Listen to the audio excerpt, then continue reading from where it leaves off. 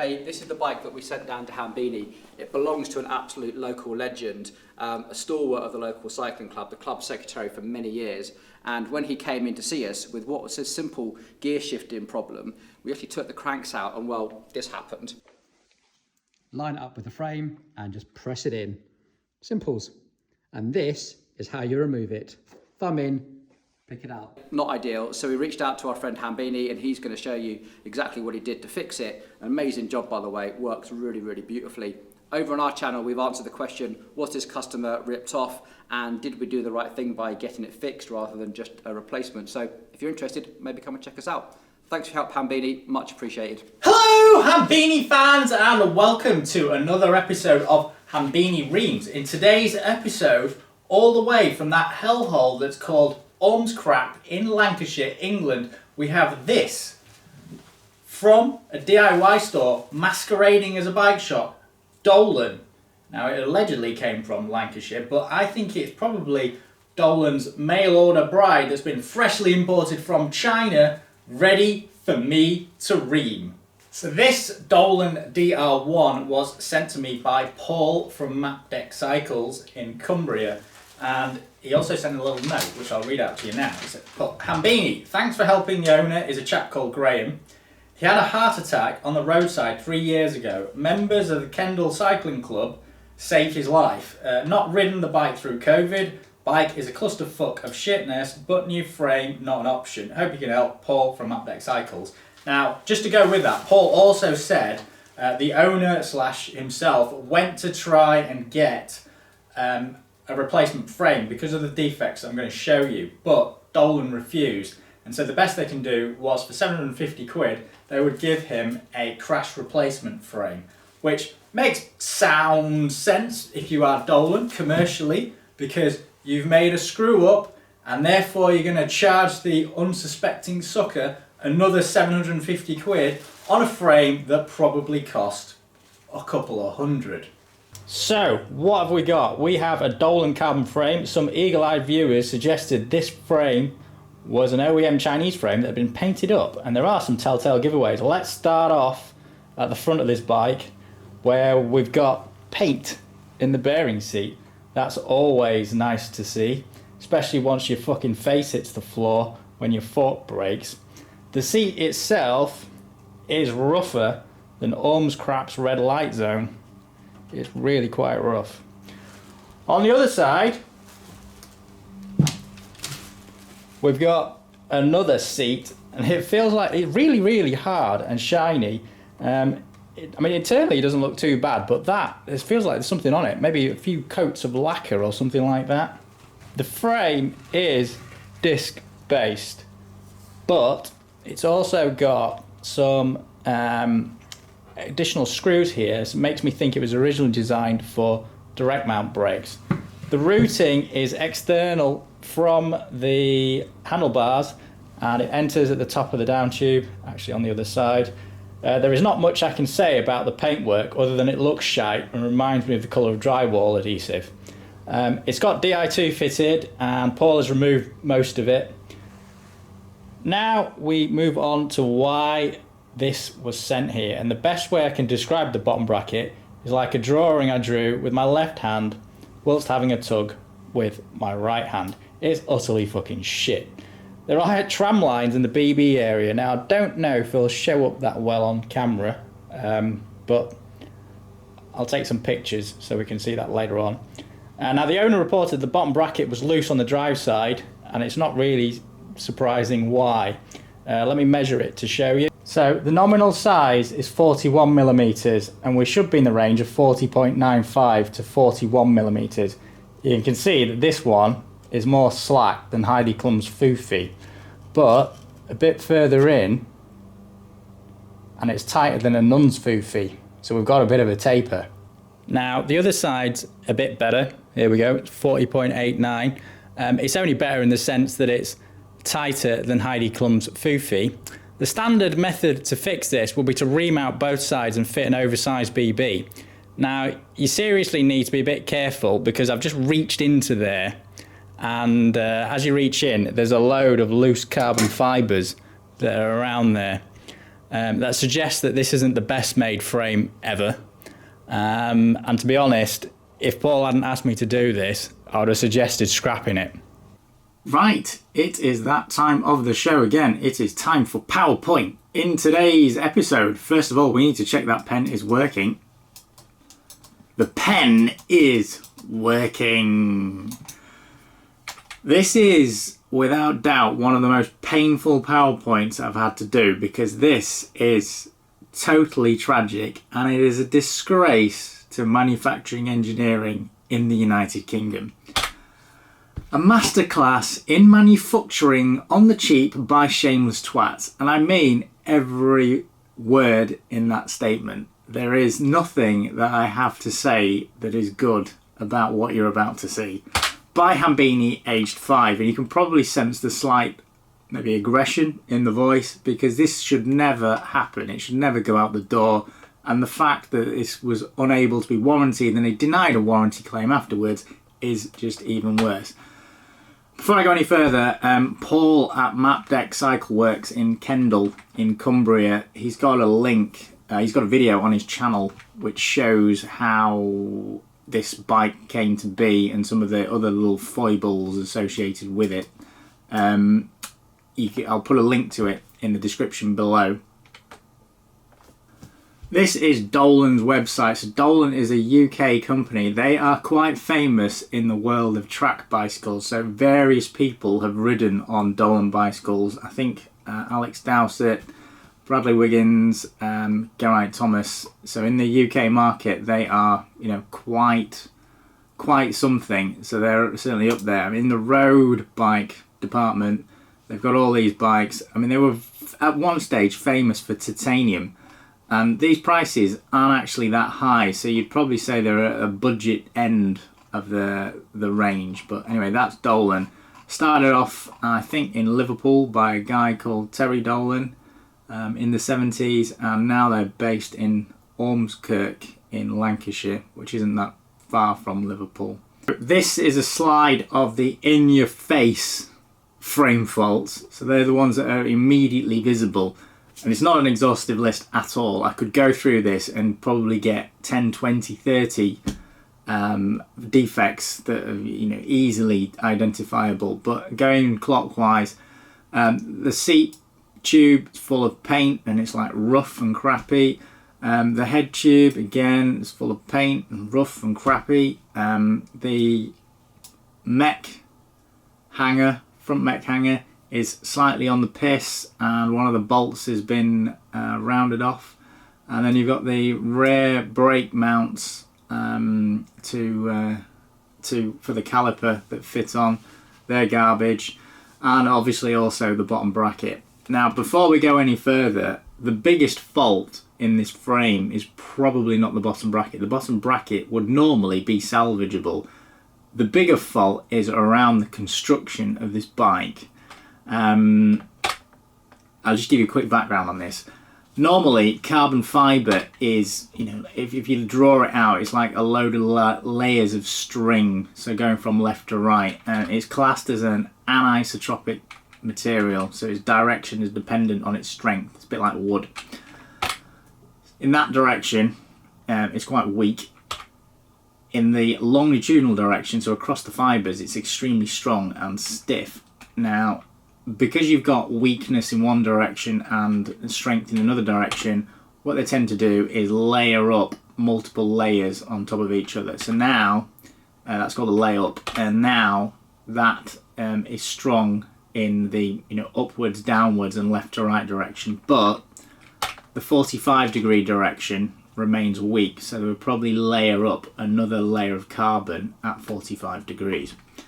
Now, an idealised laminate, and I've drawn this like this, looks a bit like this. So if you have the crisscross grid there and then take a cut through it, it'll look something like that. Now, these square bits or rectangular bits are the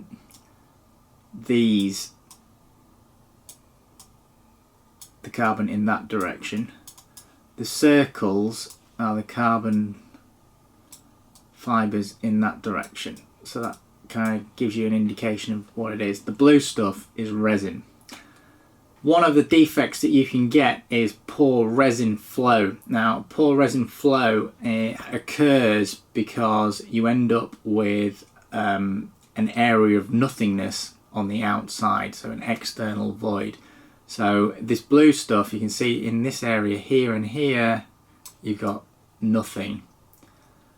So because there's nothing there, that exhibits itself to the outside viewer as something that resembles a crater. So this is a bottom bracket. Ironically, there's a QC Past sticker on there, but you can see that the crater there, another one there, another one there. Really, there's no excuse for that, but it's a combination of two things. It's probably been rushed, insufficient compaction, loads of other things, poor choice of resin, or even too tight of a bend radius. Can cause it, and then you tend to get filler in those kind of places. Another defect you can get is an internal void. So this is where the area of nothingness occurs internally. So this fibre is not well supported. So that one there, and even that one there, and possibly even that one there, and even that one there. So they're fairly loose. So you're not generating much strength and stiffness from them. An internal void is quite common in bicycle manufacture, especially in rims and also in frames, more so in frames to be honest. Now this Dolan bike had loose fibres everywhere, so you can see that one there, and then there's a shot there of it. Excuse me while I delete my link, and you can also see there. And a couple of fibres there. I mean, it's all over it really. These tram lines around here suggest that either the bottom bracket is spun or someone has tried to fix it. It's not clear which at the moment. Here's another shot of some loose fibres. So there's my hand, and you can see the loose fibres that I'm just pressing through, and also here. That might not be so clear on the show, on the video. But this lends itself to some machining problems. So if you were to machine that, so I took a layer off it, first of all the resin's gone, and then you take that layer off, and then you're left with this. Now this fibre here and this fibre here are completely unsupported, so as soon as you machine it, you will create a crater there, or the fibres will be loose. So that creates a problem, because you may end up with a situation that's worse than what you had before. Because if the bottom bracket is, or the machining results in a fit that is slack, you haven't really improved your situation. Because the wall thickness is now thinner, it gets worse. So yeah, not ideal. Right, this is the fault schematic for the Dolan. So normally this is the bottom bracket, and I've tried to depict this with the drive side and the non-drive side. So that's the non-drive side, and that's the drive side. So first of all, if you were using a normal Shimano bottom bracket, you would put the cup in on the drive side. Most of the time you'd actually do them together, and that's the non-drive side cup that's gone in. Now if you look carefully here, you've got a gap there, and that signifies that that side is slack. And then on this side, this is also not great. You've got the numbs fit here, so it's an excessively tight interference fit. Yeah. Now the subtleties in this are to do with the centre line. So the centre line of that bearing is there, the centre line of that bearing is there. So you've got a parallel misalignment. There's also a bit, in the case of this bike, a bit of angularity misalignment, but I'm not going to cover that. Now when you put the axle through, it's doing something like that. Now if you take the axle away, perhaps to the eye doesn't look that bad, but when you put the axle through, it quite clearly has a problem. So you need to fix it. So we've got a couple of issues there. The fit on both sides, and then the machining. Now the fix, Now I was umming and ahhing about this, and I kind of bounced it off Paul at Mapdeck as well, about how far to go. So I did the minimum skim on the non-drive side, so it still remained tight. Live with that tight fit, because the chances are the guy riding it is probably not going to put out 500 or 600 watts over a sustained period. He'll probably never notice in the lifetime of the bike. I'm not saying it would fail at 500 or 600 watts, it's just a number I picked out of my head. So we've got 0.02 millimeters, it's undersized, which is, I mean, if I had the choice, I would never do it, but I was kind of forced between a rock and a hard place. A CN clearance bearing to try, and if that doesn't work, you can always go to a C3 or maybe even a C4. Go for a CN for the moment, and then retrofit the bottom bracket with a slightly undersized or size for size on the drive side with some retaining compound to hold the fit. Now, because it's a one-piece bottom bracket, I can rely on the non-drive side to hold the whole thing in, and the drive side is almost, I wouldn't say free to float in air, but it's not got the retention, it's only there for alignment. So that's the decision that I decided to take.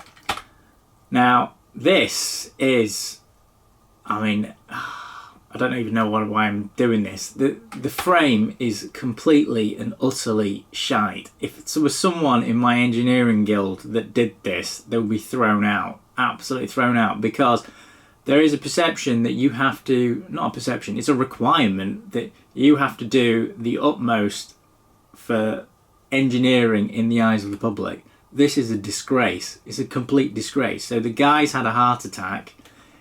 He's come along with his frame that's been clearly unfit for purpose from day one, and Dolan won't bother giving him a refund or a brand new frame. It's just diabolical. Right, the engineering dilemma for me, and this is, quite troubling sometimes for someone who's like 5 years old and myself, is how far do you go? I mean, the frame is a sack of shit. We need to make it better, but do you go for the ultimate in performance, which is basically a rebore and then remachining and everything, with this huge unknown, which is the quality of the frame? Now, if you look at Paul from Mapdeck's video, he'll talk about the fibres that are there. It's just incredible how many loose fibres there are. They're just all over it. The paint was coming off in certain places because it's loose, even on the outside. So, that's where we are. Right, let's go back to the workshop. So I've cleaned all of that up, and this is the bottom bracket that's to go in it. This side was obviously tapered and it had the tram lines in there. I've cleaned the tram lines up to 10mm inside.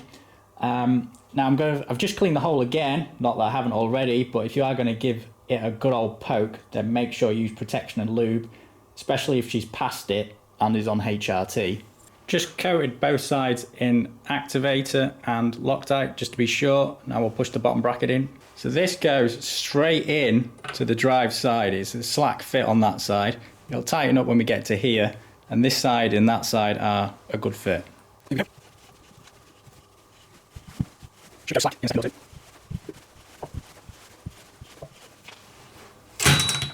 Like that. So what I'm doing here is I'm just checking that none of the Di2 wires are caught.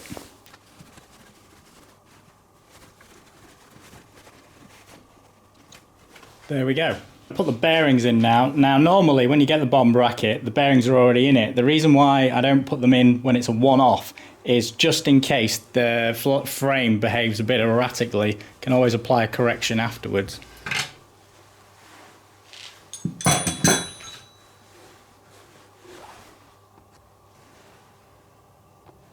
So we've come to the end of this and I've put the crank in, and what we've got is the engineering compromise that I guess I hate, but we've got anyway. So Paul wanted this frame doing, and really it should be going in the scrapper.